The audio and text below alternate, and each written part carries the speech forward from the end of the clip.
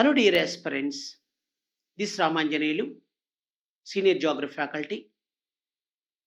మరి ఈ యొక్క విఎస్ ఆన్లైన్ క్లాసెస్ ముఖ్యంగా గుంటూరు వారు ఈ యొక్క విఎస్ ఆన్లైన్ క్లాసెస్ వచ్చేసి అడ్డా ఇది గుంటూరు వారు. మరి ముఖ్యంగా ఈ యొక్క విఎఫ్ఎక్స్ ద్వారా యానిమేషన్స్ తోటి ఈ యొక్క చిత్రాలను చూపిస్తూ అద్భుతమైన మెథడ్స్లో 2 తెలుగు రాష్ట్రాల్లో ఎవరి చేయని విధంగా ఈ యొక్క విఎఫ్ఎక్స్ ద్వారా ఈ యొక్క వీడియోలు చేస్తున్నారు అన్ని సబ్జెక్టులకు సంబంధించి. ఈ కర్కట రేఖ ఏదైతే ఉన్నదో మనకి ప్రధాన భూభాగములో 6 రాష్ట్రాలు, ఈశాన్య రాష్ట్రాలలో ఒక 2 రాష్ట్రాలు, మొత్తం 8 రాష్ట్రాలు గుండా మనకి కర్కట రేఖ అనేది ప్రయాణం చేస్తూ ఉంటుంది. ఇది చాలా ఇంపార్టెంట్. ఇక్కడ వరుస క్రమంలో పెట్టండి అని చెప్పేసి ప్రశ్న అడుగుతాడు. ఈ కర్కట రేఖ ప్రయాణం చేసే రాష్ట్రాలని పశ్చిమ నుంచి తూర్పుకు కానివ్వండి, తూర్పు నుంచి పశ్చిమానికి కానివ్వండి, ఒక వరుస క్రమంలో పెట్టండి చెప్పేసి ప్రశ్న అడుగుతూ ఉంటాడు. సింపుల్ ట్రిక్ చెప్తాను, జీవితంలో మర్చిపోరు. ఏంటి సార్ అంటే, మొట్టమొదటి స్టేట్ ఏంటంటే మనకి వెస్ట్ నుంచి వస్తా ఉన్నప్పుడు కనపడే స్టేట్ గుజరాత్, రాజస్థాన్, మధ్యప్రదేశ్, ఛత్తీస్గఢ్, జార్ఖండ్, పశ్చిమ బెంగాల్, త్రిపుర, మిజోరాం. ఈ రాష్ట్రాలు మనకు కనిపిస్తూ ఉంటాయి. అంటే ఇట్లాగా మనం అన్ని మొదటి అక్షరాలు కనుక మనం తీసుకుంటా ఉంటే గురామాచ జాపత్రిమి అంటారు. జాజికాయ జాపత్రి అంటారు కదా, అది కాదమ్మ ఇక్కడ. రైట్, గురామాచ జాపత్రి అంటే అర్థం ఏంటి సార్ అంటే, గు అంటే ఏంటిదంటే మళ్ళీ చూస్తున్నాను గుజరాత్, రా అంటే రాజస్థాన్, మా అంటే మధ్యప్రదేశ్, చా అంటే ఛత్తీస్గఢ్. గురామాచ అయిపోయింది. జాపత్రిమి జార్ఖండ్, పశ్చిమ బెంగాల్, త్రిపుర, మిజోరాం. ఇవి ప్రధానమైనటువంటి రాష్ట్రాలు. గురామాచ జాపత్రి వరుస క్రమంలో గుర్తుపెట్టుకోవాలి. ఎలా పడితే అలా గుర్తుపెట్టుకుంటే మనకి ఎగ్జామ్లో మనం మిస్ అయిపోతాం. ఇది బెస్ట్ ఆర్డర్, బెస్ట్ మెథడ్ అనమాట. ఇంకా కొంచెం లోపలికి వెళ్దాం. ఎలాంటి ప్రశ్నలు వస్తున్నాయి సార్? కాంపిటేటివ్ చరిత్రలోనే 2 తెలుగు రాష్ట్రాల్లో ఈ రకమైన అద్భుతమైన వీడియోలను ఎవరు చేయలేదు, చేయలేరు కూడా సార్. అటువంటి చాలా కష్టంతో కూడుకున్న పని. కాబట్టి ఈ యొక్క విఎస్ ఆన్లైన్ క్లాసెస్ వాళ్ళు చాలా అద్భుతమైన వీడియోలను అందిస్తున్నారు విఎఫ్ఎక్స్ ద్వారా. ఇక 6th షెడ్యూల్ ఏంటి సార్, ఎలా గుర్తుపెట్టుకోవాలి చెప్పాను మనం. 5th అనగానే ఈక్వాలిటీ చెప్పుకున్నాం, షెడ్యూల్ ఏరియా, షెడ్యూల్ ట్రైబ్ చెప్పుకున్నాము. 6th finger. ఒక చేతికి 5 ఏళ్ళు ఉంటాయి, కానీ కొంతమందికి ఇంకొక ఫింగర్ ఉంటుంది, 6 ఏళ్ళు ఉంటాయి. సో ఈ 6 ఏళ్ళు ఉన్నప్పుడు మనం ఏం చేయాలి, దీనికి కూడా సమానత్వం తీసుకురావాలి కదా. సో ఇది ఎక్కడ సార్ అంటే ఓన్లీ ట్రైబల్ ఏరియాకి సంబంధించింది. 6వది ఏంటిదమ్మా, ట్రైబల్ ఏరియా. కొన్ని వెనకబడినట్టుగా ఒక చిన్న ఫింగర్ మొలుస్తూ ఉంటుంది కదా, కాబట్టి అది మనం వెనకబడిన ప్రాంతాలు, ఎక్కడో సుదూర ప్రాంతాలు, మనకి కొండ ప్రాంతాలు నివసిస్తున్నటువంటి ఆ యొక్క పరిపాలన మరియు నియంత్రణ గురించి 6వ షెడ్యూల్ కనిపిస్తూ ఉంటుంది. మీకు తెలుసా, కొంతమంది ట్రైబల్స్, అందరి గురించి కాదు కానీ, పెళ్ళేదనుకోండి భార్య భర్తలు ఇద్దరు కలిసి వెళ్తూ ఉంటారు. కొన్ని కమ్యూనిటీలు నేను చూశాను అనమాట. భర్త ముందు వెళ్తూ ఉంటాడు, భార్య వెనక్కి వెళ్తూ ఉంటారు. పనికి వెళ్ళినా, ఎక్కడికి వెళ్ళినా సరే, షాప్కి వెళ్ళినా, ఎక్కడికి వెళ్ళినా ఇద్దరు కలిసి వెళ్తారు. నువ్వు ఎక్కడికి వెళ్తే నేను అక్కడికే వస్తానంటదా ఆమె. తాగుదామా, ఇద్దరం కూర్చొని తాగుదామని చెప్పి తాగుతూ ఉంటారు అనమాట. సో తెలంగాణలో కళ్ళు అలా తాగుతూ ఉంటారు అనమాట. ఆమె ఏం చెప్పింది సార్ అంటే, ఆమె మీతో వస్తానంటా ఉంటది. సో ఇక్కడ మనకి ట్రైబల్ ఆమె మీతో అనే పదాన్ని ఎందుకు చెప్పాను సార్ అంటే, ఆ అంటే అస్సాము, మే అంటే మేఘాలయ, మీ అంటే మిజోరాము, తో అంటే తీ కింద తీసుకుందాము, త్రిపుర అని చెప్పేసి తీసుకుందాం. ఆమె మీతో. ఇవన్నీ కూడా ట్రైబల్ ఏరియా డిస్ట్రిక్ట్స్, అంటే ట్రైబల్ ఎక్కువగా ఉన్నటువంటి ప్రాంతాలు, కొండ ప్రాంతాలు కదా, అట్లా గుర్తుపెట్టుకున్నాం. ఆమె మీతో. సో ఈ ఆమె మీతో చెప్పినటువంటి అస్సాం, మేఘాలయ, మిజోరాం, త్రిపుర, ఈ 4 రాష్ట్రాలలో 10 జిల్లాలు ఉంటాయి. మళ్ళీ ఇక్కడ మనం చెప్పుకున్నాక ట్రైబల్ షెడ్యూల్డ్ ఏరియాకి సంబంధించిన 10 స్టేట్స్ ఉంటాయి. ఇక్కడ కూడా ట్రైబల్ డిస్ట్రిక్ట్ సంబంధించి 10 డిస్ట్రిక్ట్ కనిపిస్తూ ఉంటాయి. అవేంటి సార్, అస్సాంలో మనకి ఎన్బికే కనిపిస్తూ ఉంటుంది, నందమూరి బాలకృష్ణ కాదా. ఎన్ అంటే ఏంటి సార్ అంటే నార్త్ కచార్ హిల్ డిస్ట్రిక్ట్ అంటారు. బి అంటే ఏంటి సార్ అంటే బోడో ల్యాండ్. కే అంటే ఏంటి సార్ అంటే కర్బీ ఆంగులాంగ్ డిస్ట్రిక్ట్ అంటారు. ఎక్కడుంటే మనకి అస్సాంలో ఉంటాయి. అస్సాం అనగానే ఏం గుర్తుపెట్టుకోవాలి మనకి, ఎన్బికే నందమూరి బాలకృష్ణ అని చెప్పేసి గుర్తుపెట్టుకోండి. మనం వాటి వేరేటి చెప్తాం, మరి రేట్ చేయలేం సార్, మొత్తానికి గుర్తుపెట్టుకోవాలి అంతే. సో ఎన్ అంటే ఏం చెప్పుకున్నాం, north Cachar hill district. B అంటే బోడోల్యాండ్. కే అంటే ఏం చెప్పుకున్నాం, కర్బీ ఆంగులాంగ్ డిస్ట్రిక్ట్, లేకుంటే కర్బీ డిస్ట్రిక్ట్, హిల్ డిస్ట్రిక్ట్ మనం చెప్పుకుంటాం. అది అస్సాం. ఇంకొక విషయం ఏంటి అంటే, అది కూడా ఏంటంటే విఎఫ్ఎక్స్ అంటే ఎంతో ఫీజు బాగా భారీగా ఉంటుంది, మనం పర్చేజ్ చేయగలమా, వాటిని ప్రైస్ బాగా ఉంటుందని ఆలోచిస్తున్నారేమో. కానీ ప్రైజు ఎంతో ఎక్కువ లేదండి, చాలా తక్కువ ప్రైస్ తోటి మీకు విఎస్ ఆన్లైన్ క్లాసెస్ గుంటూరు వారు అందిస్తున్నారు.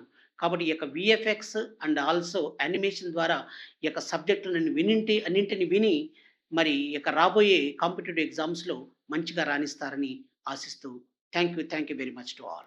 Hello dear aspirants, welcome to VS online classes Guntur. మనం రీసెంట్గా ఏపీపీఎస్సీ నిర్వహించిన ఒక ఎగ్జామ్లో కాంపిటేటివ్ ఎగ్జామ్కి సంబంధించి కొన్ని జాగ్రఫీ బిట్లను అంటే ఆల్రెడీ ప్రీవియస్ క్వశ్చన్స్ అండి. అంటే రీసెంట్గా ఎప్పుడో కాదు, రీసెంట్గానే రీసెంట్గానే జరిగిన ఎగ్జాము. ఆ రీసెంట్గా జరిగిన ఎగ్జామ్లో ఏపీపీఎస్సీ జాగ్రఫీ మీద ఏం క్వశ్చన్స్ అడిగారో ఒకసారి అందరం కూడా చూద్దాం జాగ్రత్తగా. ఓకేనండి? ఒక్కసారి చూడండి. ఒకటి ఫస్ట్ ఆఫ్ ఆల్ మనం ఏమంటున్నామంటే వన్ ఈజ్ ఇక్కడ చూడండి, వీటికి సంబంధించిన విషయాలు డిస్కషన్ చేసేటప్పుడు మేఘ విస్ఫోటనం ఫస్ట్ క్వశ్చన్ చూడండి మిత్రమా. మేఘ విస్ఫోటనం క్లౌడ్ బ్రస్ట్ అంటే ఏంటి అని క్వశ్చన్ అడిగాడు. క్లౌడ్ బ్రస్ట్ అంటే ఏంటి, మేఘ విస్ఫోటనం అంటే ఏమిటి? క్వశ్చన్లో ఇక్కడ ఆప్షన్ చూడండి. హఠాత్తుగా చాలా తక్కువ సమయంలో భారీ మొత్తంలో కురిసే వర్షము. బి తక్కువ సమయంలో తక్కువగా కురిసే వర్షము. సి వర్షం లేకుండా పిడుగులు మాత్రమే రావటం. డి ఎక్కువ గాలితో కూడిన తక్కువ వర్షం. కాబట్టి మేఘ విస్ఫోటనం క్లౌడ్ బ్రస్ట్ అంటే ఏంటంటే మొదటిది కరెక్ట్ ఆన్సర్ అండి. మొదటి కరెక్ట్ ఆన్సర్ ఏంటి ఇక్కడ? హఠాత్తుగా అంటే యాక్సిడెంటల్గా ఒక్కసారిగా ఉన్నట్టుండి సడన్గా చాలా తక్కువ సమయంలో అంటే వెరీ లిటిల్ పీరియడ్లో భారీ మొత్తంలో కురిసే వర్షాన్ని ఏమని పిలుస్తారంటే ఇక మేఘ విస్ఫోటనం అంటారు. ఇలాంటి క్లౌడ్ బ్రస్ట్ వలన బేసికల్గా ఏమైందంటే ఆకస్మిక వరదలు కూడా వస్తాయి. ఇలాంటి ఆకస్మిక వరదలు ఎప్పుడు వచ్చాయో ఒక ఎగ్జాంపుల్ కూడా మీకు నేను చెప్తాను చూడండి. ఇన్ 2013 2013వ సంవత్సరం ఎప్పుడండి? 2013వ సంవత్సరం జూన్ 16, 17వ తారీఖున June 16th and 17th 2013 June 16 మరియు 17వ తారీఖున ఉత్తరాఖండ్ రాష్ట్రంలో ఉత్తరాఖండ్ రాష్ట్రంలో ట్రాన్స్ హిమాలయ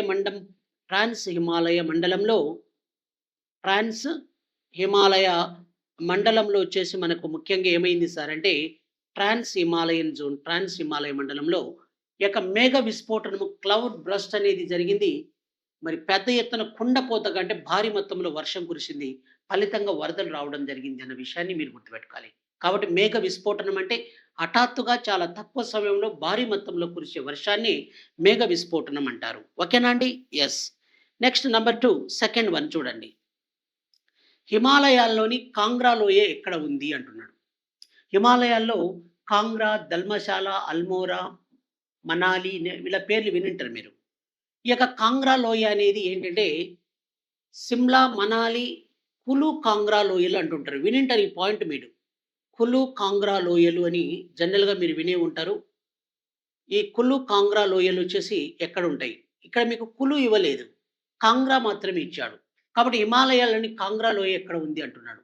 ఏ హిమాచల్ ప్రదేశ్ రాష్ట్రంలో ఉందా, బి ఉత్తరాఖండ్లో ఉందా, సిక్కింలో ఉందా, అరుణాచల్ ప్రదేశ్లో ఉందా? కాబట్టి కరెక్ట్ ఆన్సర్ వచ్చేసి ఏంటంటే హిమాలయాల్లోని కాంగ్రా లోయ అన్న విషయాన్ని మీరు గుర్తుపెట్టుకోలేదు. హిమాచల్ ప్రదేశ్ రాష్ట్రంలో కాంగ్రా లోయ ఉంటుంది. ఇక్కడ చూడండి, కులు కాంగ్రా లోయ, సిమ్లా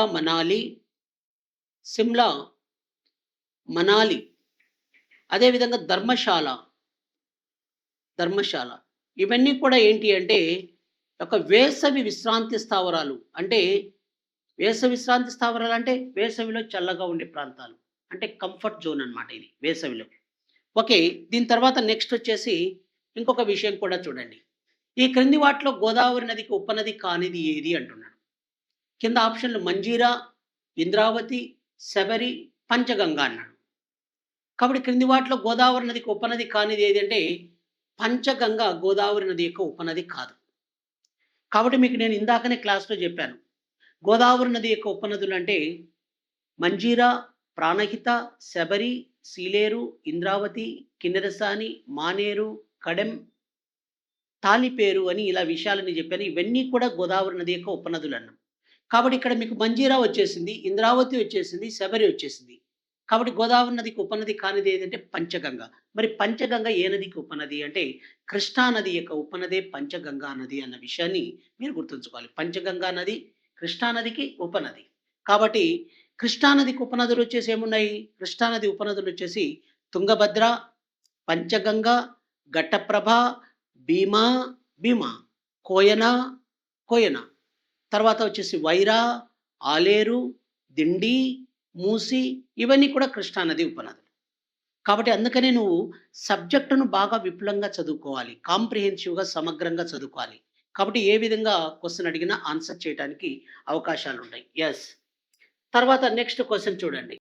భారత్ మరియు పాకిస్తాన్ ప్రభుత్వాలు ఈ సంవత్సరంలో సింధు నది జలాల ఒప్పందంపై సంతకం చేశాయి అంటున్నాడు. కాబట్టి బేసికల్‌గా చెప్పాలంటే దీనికి సంబంధించిన విషయం ఒక్కసారి చెప్తాను చూడండి. ఇండస్ వాటర్ ట్రీటీ అంటారు. Indus water treaty. Indus water treaty అంటే ఏంటంటే సింధు నది జలాల ఒప్పందం. ట్రీటీ అంటే అగ్రిమెంట్, ఒప్పందం అండి. ఈ సింధు నది జలాల ఒప్పందానికి సంబంధించి ఎవరెవరి మధ్య జరిగింది అంటే ఇండియాకి అండ్ పాకిస్తాన్‌కి మధ్య సింధు నది జలాల ఒప్పందం అనేది జరిగింది. ఇండియా అండ్ పాకిస్తాన్‌ల మధ్య. మరి ఇక ఇండియా, పాకిస్తాన్‌ల మధ్య సింధు నది జలాల ఒప్పందం జరిగింది అని అంటున్నాం కదా మనం. సింధు నది జలాల ఒప్పందం ఇండియా అండ్ పాకిస్తాన్‌ల మధ్య జరిగింది అని అంటున్నాం. ఈ సింధు నది జలాల ఒప్పందాన్ని ముఖ్యంగా ఎవరెవరు చేసుకున్నారు అంటే బేసికల్‌గా ఎవరు చేసుకున్నారండి సింధు నది జలాల ఒప్పందాన్ని? ఇండియా అండ్ పాకిస్తాన్‌లు. మరి ఇండియా తరపున ఎవరంటే రిప్రజెంటేటివ్‌గా నాటి ప్రధానమంత్రి పండిట్ జవహర్లాల్ నెహ్రూ అటెండ్ అయ్యాడు. పాకిస్తాన్ తరపుదొచ్చేసి మిలిటరీ చీఫ్ జనరల్ అయూబ్ ఖాన్‌లు హాజరు కావడం జరిగింది. ఈ ఒప్పందంపై సంతకం చేసింది వీళ్ళిద్దరే. Military chief general Ayub Khan. వీరిరువురు ఈ ఒప్పందంపై సంతకం చేయడం జరిగింది. అంటే ఈ అగ్రిమెంట్‌పై, సింధు నది జలాల ఒప్పందంపై. మరి ఎక్కడ చేశారు అంటే కరాచీ ఇన్ పాకిస్తాన్ అండి. కరాచీ ఇన్ పాకిస్తాన్. పాకిస్తాన్‌లోని కరాచీ అనే ప్లేస్ వద్ద. కరాచీ ఇన్ పాకిస్తాన్. ఏ సంవత్సరంలో ఈ ఒప్పందం జరిగిందంటే 1960లో జరిగింది. ఇక్కడ చూడండి మనకు కావాల్సిన ఆన్సర్ ఏంటండి? భారత్ మరియు పాకిస్తాన్ ప్రభుత్వం ఈ సంవత్సరంలో సింధు నది జలాల ఒప్పందంపై సంతకం చేశాయి అన్నాడు.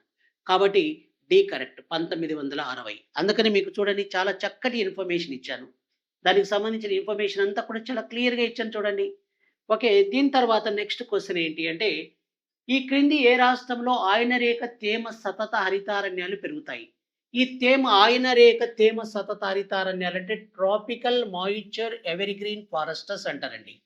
ఇంగ్లీష్‌లో ఏమంటారంటే ట్రాపికల్ మాయిశ్చర్ ఎవర్‌గ్రీన్ ఫారెస్ట్స్ అంటారు. ఉష్ణమండల ఆయనరేఖ అంటే ఉష్ణమండల అని కూడా అంటారు.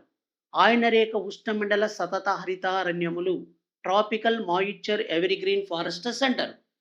మరి ఎక్కడ కనిపిస్తాయి ఇవి? ఈ రకమైన అరణ్యాలు ఎక్కడ పెరుగుతాయంటే ఒకటి అస్సాంనిచ్చాడు, రెండవది ఉత్తరప్రదేశ్‌నిచ్చాడు, మధ్యప్రదేశ్ ఇచ్చాడు, ఆంధ్రప్రదేశ్ ఇచ్చాడు.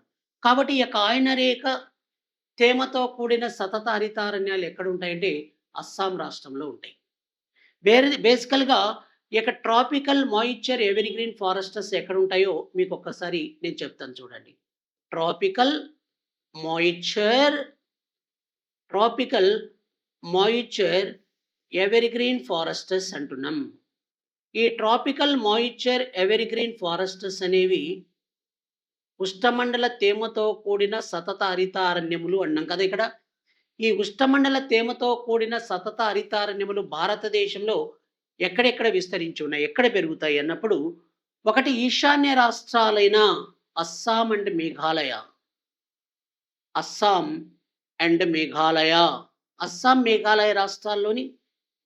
అస్సాం, మేఘాలయ రాష్ట్రాల్లో ఈ రకమైన అడవులు ఎక్కువగా ఉంటాయి. ఈ రాష్ట్రాలు ఏంటి? ఇవి నార్త్ ఈస్టర్న్ స్టేట్స్ అండి. ఈశాన్య రాష్ట్రాలు. ఓకే. తర్వాత అదే విధంగా మీకు అండమాన్ నికోబార్ దీవులు ఏ అండ్ ఎన్ అంటే అండమాన్ నికోబార్ ఐలాండ్స్‌లో కూడా ట్రాపికల్ మాయిశ్చర్ ఎవర్‌గ్రీన్ ఫారెస్ట్స్ ఉంటాయి.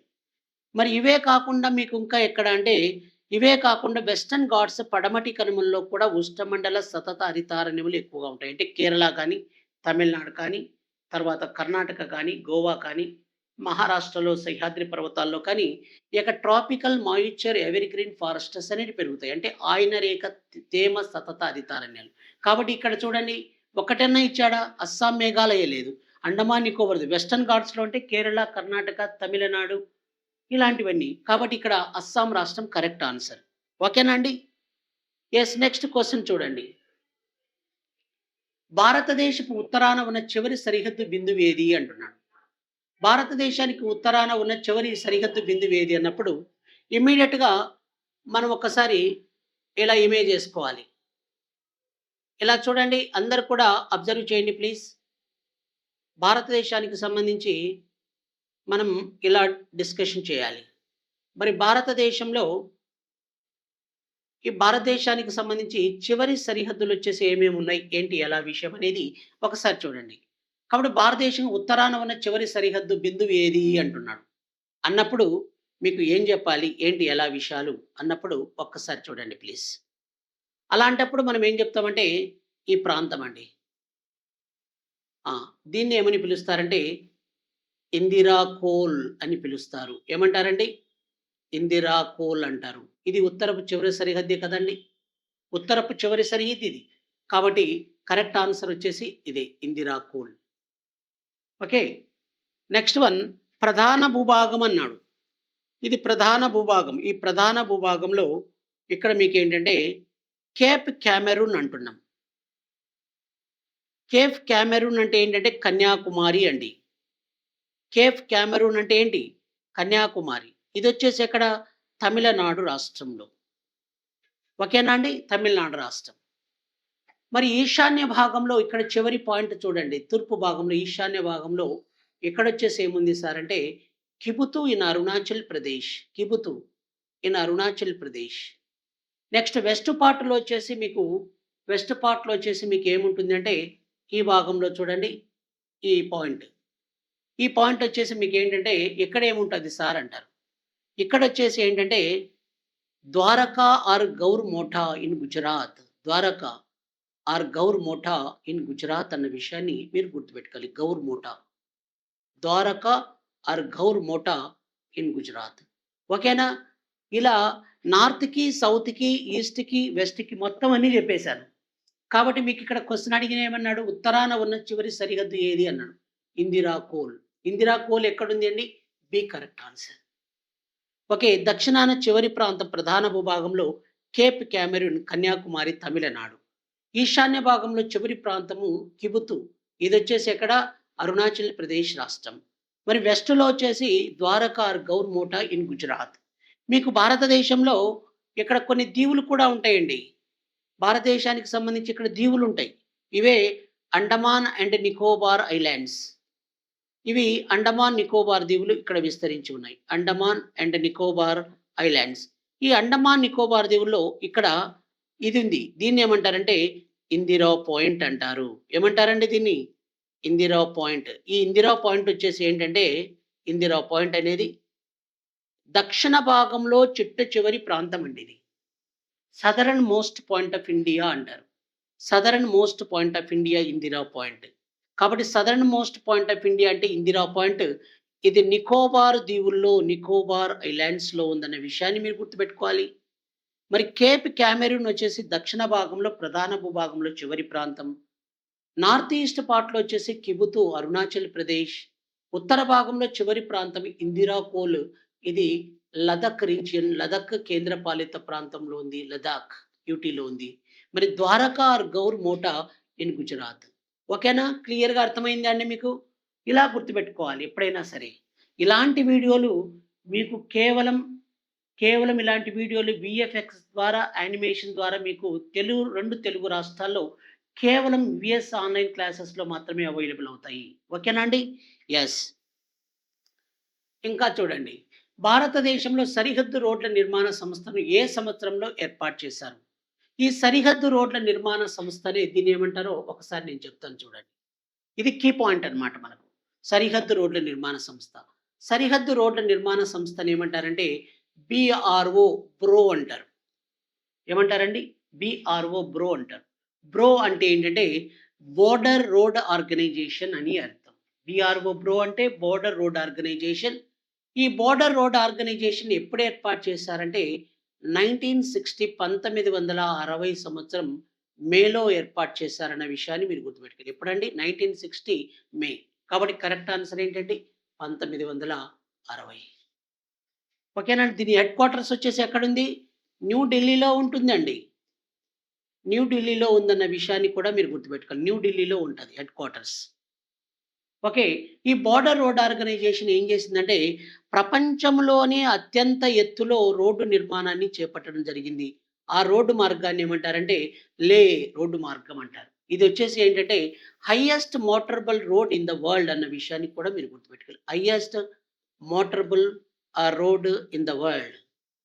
Highest motorable road in the world. ప్రపంచంలోని అత్యంత ఎత్తులో ఉన్న రోడ్డు నిర్మాణం. Highest motorable road in the world. ప్రపంచంలో అత్యంత ఎత్తులో ఉన్న రోడ్డు నిర్మాణమే ఈ యొక్క లే రోడ్డు నిర్మాణం. ఓకేనా? ఎవరు ఏర్పాటు చేశారు దీన్ని? ఈ యొక్క బ్రో అనే సంస్థ. ఓకేనండి, అర్థమైందా? ఎస్, కాబట్టి కరెక్ట్ ఆన్సర్ 1960. ఓకే, నెక్స్ట్ చూడండి. భారతదేశం యొక్క అత్యంత నవీన భౌతిక స్వరూపం అంటే ఇటీవల, అంటే ఇక్కడ పేర్కొన్న వాటిలో హిమాలయాల, దక్కన్ పీఠభూమి, తీర మైదానాల, గంగు, వీటన్నింటికంటే చివరగా ఏర్పడిన నవీన అంటే, అంటే నవీన అంటే నిన్ననో మనను ఏర్పడటం కాదు. ఇప్పుడు పేర్కొన్న వాటిలో అన్నిటికంటే చివరగా ఏర్పడినవి వచ్చేసి ఏవంటే గంగా సింధు మైదానాలు, Indus Gangetic plains. Correct answer. హిమాలయాలు ఎప్పుడో 5 లక్షల సంవత్సరాల క్రితం, మరి ముఖ్యంగా ఎప్పుడో ఏర్పడ్డాయి. 5 లక్షల చదరపు కిలోమీటర్ల విస్తీర్ణం. దక్కన్ పీఠభూమి కూడా అలానే పురాతనమైనది. తీర మైదానాలు కూడా అలానే. మరి గంగా సింధు మైదానాలు ఇక్కడ ఉన్న వాటిలో అన్నిటికంటే నవీన భౌతిక స్వరూపం. Correct answer. ఓకే, నెక్స్ట్ ఏమంటున్నానంటే క్రింద ఇవ్వబడిన నదులలో ఉత్తరము నుండి దక్షిణ దిశగా ప్రవహించే వాటిలో సరైన క్రమం ఏది? అంటే ఉత్తరము నుంచి దక్షిణానికి అన్నాడు.